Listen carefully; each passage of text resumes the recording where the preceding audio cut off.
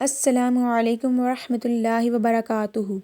اعوذ باللہ من الشیطان الرجیم، بسم اللہ الرحمن الرحیم۔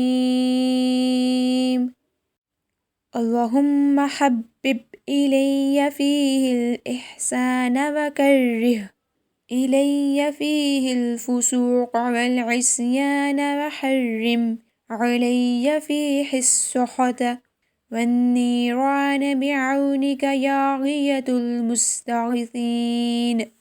ترجمہ: اے اللہ، آج کے دن نیکی کو میرے لیے پسندیدہ فرما دے، اس میں گناہ و نافرمانی کو میرے لیے ناپسندیدہ بنا دے، اور اس میں غیظ و غضب کو مجھ پر حرام کر دے اپنی حمایت سے، اے فریادیوں کے فریاد رس۔